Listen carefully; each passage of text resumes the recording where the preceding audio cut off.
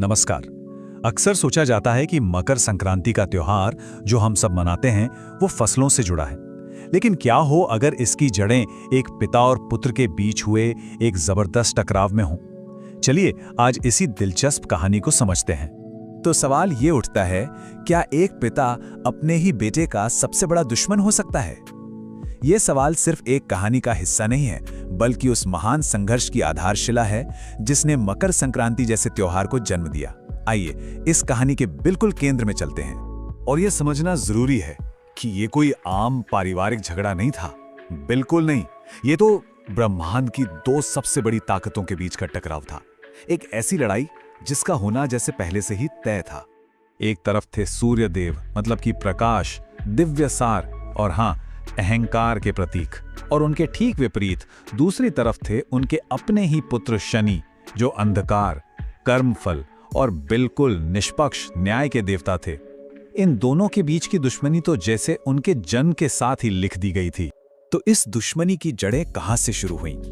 ये शुरू हुई शनिदेव के जन्म की अजीब परिस्थितियों से। आखिर ऐसा क्या हुआ था उस समय? चलिए पता लगाते हैं। तो कहानी शुरू होती है सूर्यदेव की पत्नी संज्ञा से। असल में वो अपने पति के प्रचंड तेज को, मतलब उनकी गर्मी और रोशनी को सह नहीं पा रही थी। इसीलिए उन्होंने अपनी ही परछाई, जिनका नाम था छाया, उन्हें अपनी जगह पर छोड़ दिया और खुद तपस्या करने चली गईं। अब जब छाया गर्भवती थी तब भी वो कठोर तपस्या में लीन थी, और उस तपस्या की कठिनाई और ऊपर से सूर्य की प्रचंड गर्मी, इसका असर ये हुआ कि गर्भ में पल रहे बच्चे का रंग गहरा काला हो गया, बिल्कुल कोयले जैसा। तो जब सूर्यदेव ने पहली बार अपने बेटे को देखा तो उनका अहंकार आहत हो गया। उन्होंने अपने ही अंश को, अपने बेटे को अपनाने से साफ इनकार कर दिया। उनका कहना था, ये कोयले जैसा काला बालक मेरा पुत्र हो ही नहीं सकता। ये अंधकार मेरे प्रकाश का हिस्सा कैसे हो सकता है? जरा सोचिए, एक पिता ने अपने नवजात शिशु को कितनी क्रूरता से ठुकरा दिया। लेकिन सूर्यदेव के इस अपमान का जवाब तुरंत मिला, और बहुत ही शक्तिशाली रूप में। ये वो पल था जब एक पुत्र ने अपने पिता को अपनी असली ताकत का एहसास कराया। अपनी मां के अपमान और अपने खुद के तिरस्कार से गुस्से में आकर शिशु शनि ने अपनी शक्तिशाली वक्र दृष्टि, मतलब अपनी टेढ़ी नजर उठाई और सीधे अपने पिता सूर्यदेव पर डाल दी। अब सवाल यह है कि एक नवजात शिशु की नजर में आखिर कितनी ताकत हो सकती है, इतनी कि वो स्वयं सूर्यदेव को चुनौती दे सके? इसका जो परिणाम हुआ ना, वो विनाशकारी था। जैसे ही शनि की दृष्टि सूर्य पर पड़ी, पूरे ब्रह्मांड में जैसे हाहाकार मच गया। सोचने वाली बात है, जिस सूर्य ने अपने पुत्र को काला कहकर ठुकराया था, उसी पुत्र की सिर्फ एक दृष्टि ने उस सूर्य के सारे तेज को छीन लिया और उसे ही अंधकार में धकेल दिया।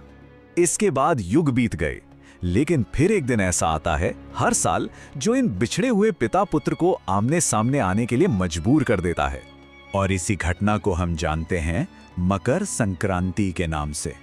तो ये सिर्फ एक खगोलीय परिवर्तन नहीं है जैसा हम सोचते हैं, ये इस पौराणिक कहानी का एक बहुत ही महत्वपूर्ण मोड़ भी है।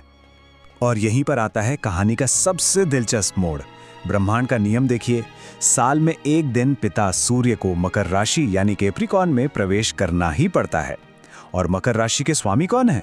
कोई और नहीं बल्कि उनके अपने ही बेटे शनि, मतलब उसी पुत्र का घर जिसे उन्होंने कभी अपनाने से इनकार कर दिया था। तो इस दिन सूर्यदेव को अपना अहंकार त्याग कर अपने पुत्र के घर जाना पड़ता है। अब शनिदेव के पास अपने पिता को देने के लिए कोई कीमती चीजें तो थी नहीं, लेकिन उन्होंने पूरे आदर और श्रद्धा के साथ उन्हें काले तिल भेंट किए।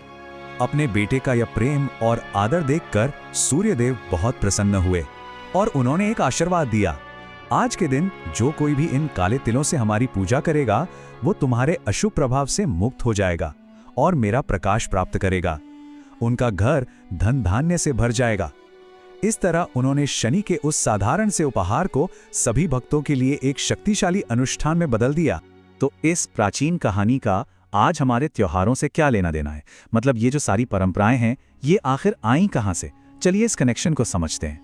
तो इसीलिए मकर संक्रांति सिर्फ एक त्योहार नहीं बल्कि एक बहुत गहरा सबक है। ये दिन प्रतीक है एक पिता के अहंकार का अपने बेटे के सामने पिघलने का।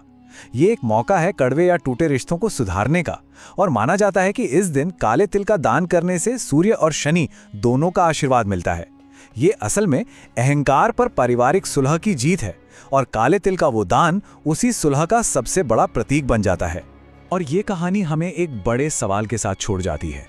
अगर सूर्य और शनि जैसे शक्तिशाली देवता, जिनके बीच इतना बड़ा विवाद था, वो भी अपने मतभेदों को भुलाकर एक हो सकते हैं, तो हमारे जो मानवीय संघर्ष हैं, जिन्हें हम पकड़े रहते हैं, उनका क्या?